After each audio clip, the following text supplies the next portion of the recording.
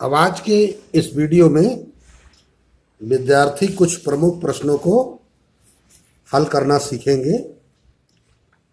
जैसे आपके सामने एक प्रश्न है, एक राजमार्ग पर दो स्थान ए और बी 100 किलोमीटर की दूरी पर स्थित हैं।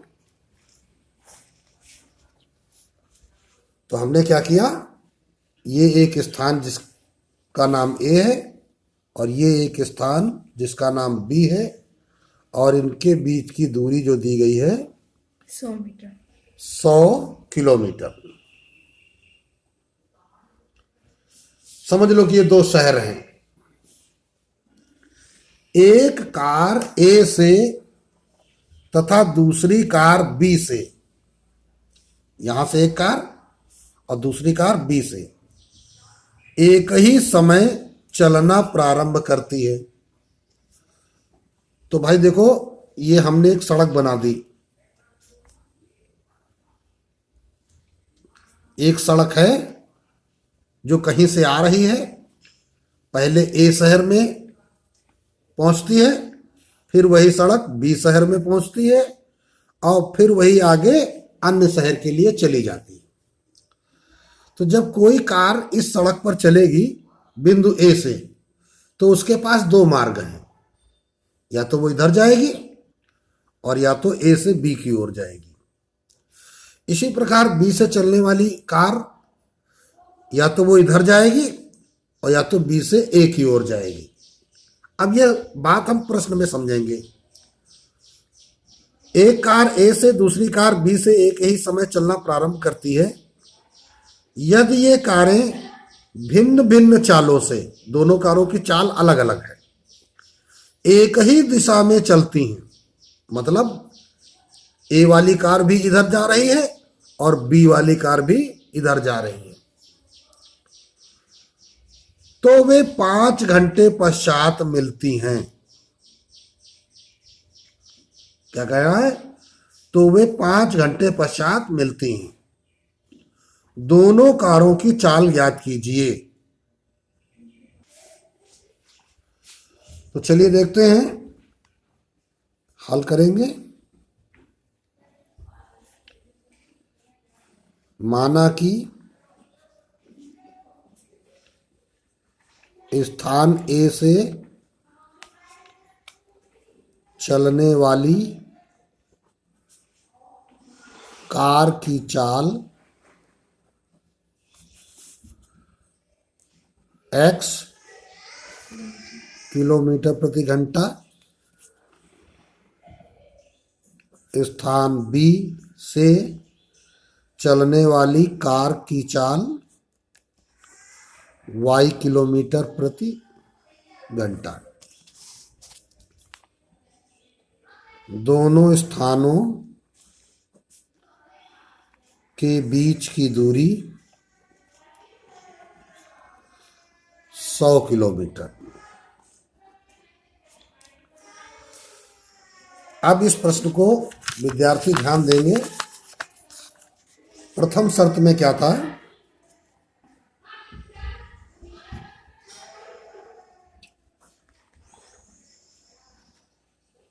दोनों एक ही दिशा में गतिमान हैं।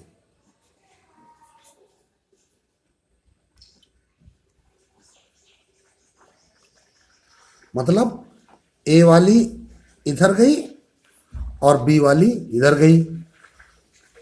और क्या कह रहा है प्रश्न? 5 घंटे पश्चात मिलती हैं। तो 5 घंटे बाद हमने देखा कि वो यहां मिल गई आकर के। ठीक, तो इसका मतलब क्या होगा? बी वाली कार बहुत धीरे धीरे चल रही है, ए वाली कार तेज चल रही है, तभी तो वो एक रोड पे आगे जाके बी वाली को पकड़ लेगी। ठीक है ना? तो ए ने जितनी दूरी तय की और बी ने जितनी दूरी तय की, इन दूरियों का अंतर 100 किलोमीटर है। इस चित्र से बच्चों को समझ में आ गई होगी बात कि ए ने जितनी दूरी तय की और बी ने जितनी दूरी तय की, तो ए ने बी से 100 किलोमीटर की दूरी ज्यादा तय की। कितनी देर में? 5 घंटे। तो अब हमको यही काम करना है, दूरियां निकालनी है। तो लिखेंगे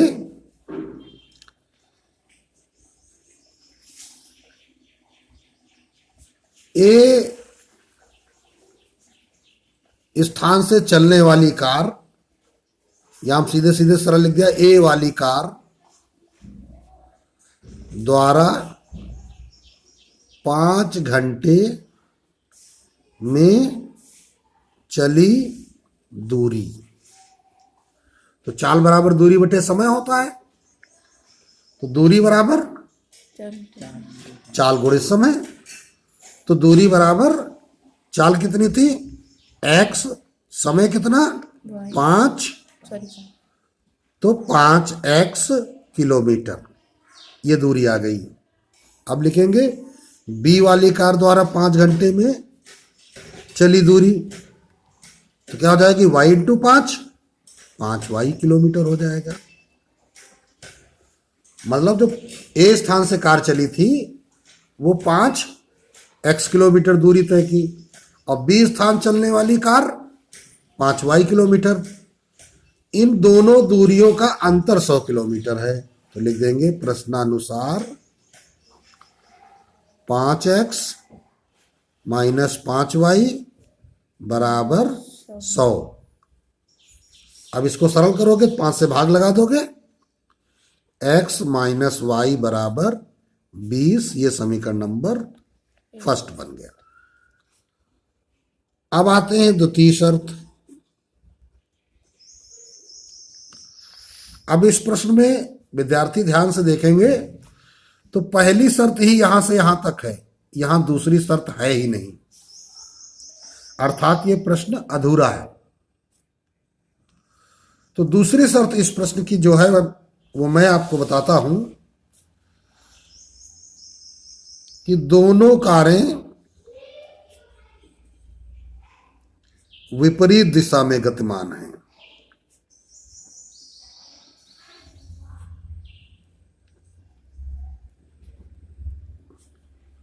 और वे 1 घंटे पश्चात मिल जाती हैं।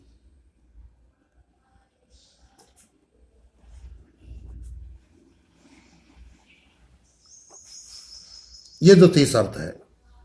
तो फिर हम जैसे लिखे थे यहां ए वाली कार 5 घंटे में चली दूरी, तो हम इसी प्रकार लिखेंगे ए वाली कार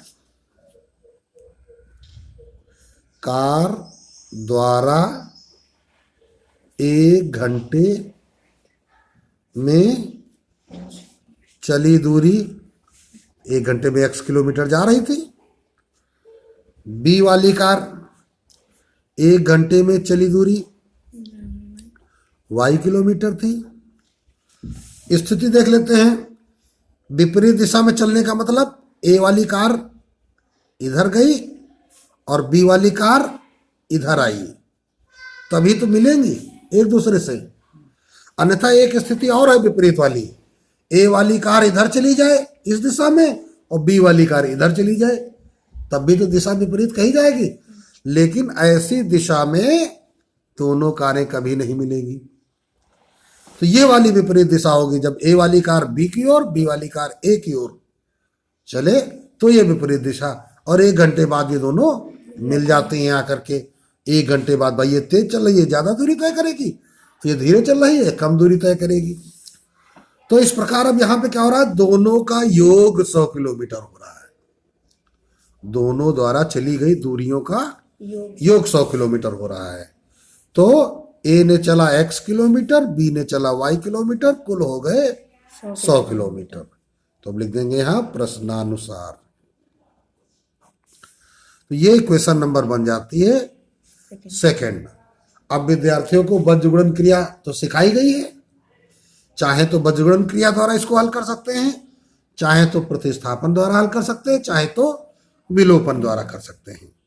तो अब हमने आपको इस प्रश्न का समीकरण बनाना सिखा दिया है, अब आप इसे हल करेंगे। ये कार्य आपका स्वयं है, आप चाहे जिस विधि से हल करें।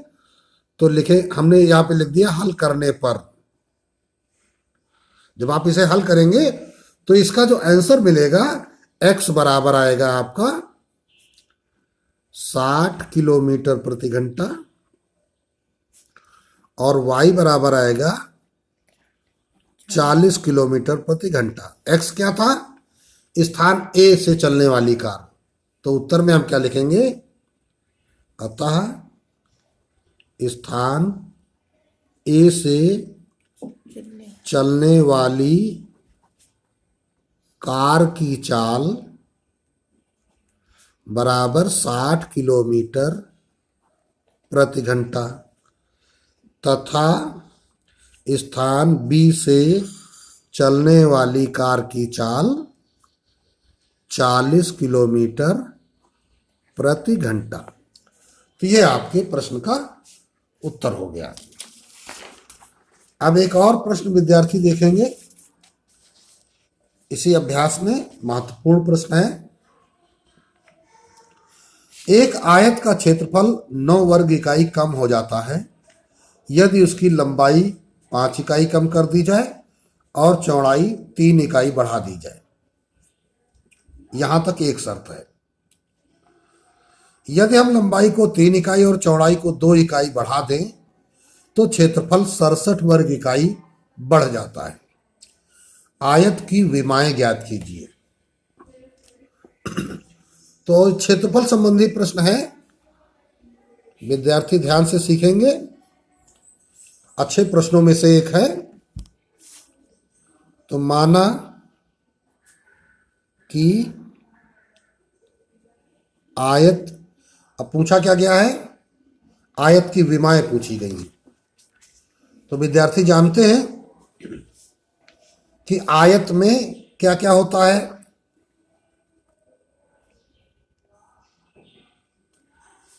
एक लंबाई होती है विमा और दूसरी चौड़ाई। एक विमा लंबाई और दूसरी विमा चौड़ाई। तो हम मानेंगे क्या? आयत की लंबाई x। और प्रश्न में देखो मीटर सेंटीमीटर की बजाय क्या कहा गया था? इकाई इकाई इकाई। तो इसलिए भी आप इसको लिख देंगे इकाई। अगर प्रश्न सेंटीमीटर कहता तो हम सेंटीमीटर लिखते। चौड़ाई y इकाई। अब एक बात और विद्यार्थियों को ध्यान देनी है, क्योंकि इस प्रश्न में क्षेत्रफल की चर्चा की गई है, तो फिर हम क्या करेंगे? तुरंत हम आयत का क्षेत्रफल निकाल लेंगे। और क्षेत्रफल के बारे में हमें क्या मालूम है? लंबाई गुणित चौड़ाई। तो ये क्या हो गया? एक्स वाई वर्ग इकाई, क्योंकि क्षेत्रफल को हमेशा वर्ग इकाई के रूप में लिखा जाता है। अब आ जाते हैं प्रथम शर्त। पहली शर्त में क्या हुआ था? आयत का क्षेत्रफल 9 वर्ग इकाई कम हो जाता है यदि उसकी लंबाई 5 कम कर दी जाए, चौड़ाई 3 बढ़ा दी जाए। तो देखो क्या कह रहा है? लंबाई 5 कम कर दी जाए और चौड़ाई 3 बढ़ा दी जाए। तो देखो बच्चों, अब एक ऐसा आयत बन जाएगा। पहले हमने लंबाई कितनी ली थी? x। चौड़ाई कितनी ली थी? अब की बार लंबाई को क्या किया गया? 5 कम किया गया। चौड़ाई को क्या किया गया? 3 बढ़ा दिया गया। तो चित्र से ही ध्यान दें तो हम क्या लिखेंगे? आयत की नई लंबाई। हमने नया शब्द क्यों प्रयोग किया? कि यदि हम लंबाई में कोई परिवर्तन कर देंगे, चाहे घटा दें चाहे बढ़ा दें, तो उसकी नई लंबाई तैयार हो जाएगी। तो इसीलिए हमने नई लंबाई लिखा। क्या? x माइनस 5 इकाई। अब क्या लिखेंगे? नई चौड़ाई। तो y में 3 बढ़ाया गया था, तो y प्लस 3 इकाई। तो लंबाई चौड़ाई अगर नई हो जाएगी तो क्षेत्रफल भी नया हो जाएगा। तो नया क्षेत्रफल, तो x minus 5 into y plus 3। अब इसका आप गुणा कर लीजिए। x को उठाइए, दोनों पदों में गुणा कराइए। x प्लस 3x माइनस 5 से गुणा कराओ, -5y -15, पहले x का गुणा करोगे xy, तो इसको सही ढंग से लिख लेते हैं, xy + 3x -5y -15, सही रूप में ही लिखा है। ये आपका नया क्षेत्रफल आ गया। अब देखिए भाई, प्रश्न क्या कह रहा था, आयत का क्षेत्रफल 9 वर्ग इकाई कम हो जाता है यदि लंबाई 5 इकाई कम कर दी जाती है और चौड़ाई 3 इकाई बढ़ा दी जाती है। तो देखो, हमने लंबाई 5 इकाई तो कम कर दी है, चौड़ाई भी 3 इकाई बढ़ा दी है, शर्त यहां तक है। अभी इस बात का उल्लेख हमने अपनी उत्तर पुस्तिका में नहीं किया। क्षेत्रफल 9 कम हो जाता है। अब ये बात क्या ध्यान देना है, 9 कम होने का तात्पर्य क्या है, ये जो पुराना आयत था और ये नया आयत है, तो नए आयत का क्षेत्रफल पुराने आयत के क्षेत्रफल से 9 कम है। प्रश्न ये कह रहा है, नए आयत का क्षेत्रफल पुराने आयत के क्षेत्रफल से 9 कम है। तो अब हम प्रश्नानुसार जो हमने बात आपको बताई, इसको एक समीकरण में हम आबद्ध करते हैं। क्या लिखेंगे, नया क्षेत्रफल बराबर आयत का क्षेत्रफल -9 वर्ग इकाई। जो आयत का क्षेत्रफल है उससे 9 कम है, कौन, नया वाला। तो नया है xy + 3x -5y -15। आयत का क्षेत्रफल कितना था, xy -9। अब xy कट जाएगा, चाहे तो ऐसे काटो चाहे पक्षांतर द्वारा, तो 3x -5y -15 उधर चले जाएंगे, +15, तो +15, तो ये हो गया कितना, 6, 3x -5y, ये इक्वेशन नंबर बन गई फर्स्ट। अब आते हैं द्वितीय शर्त।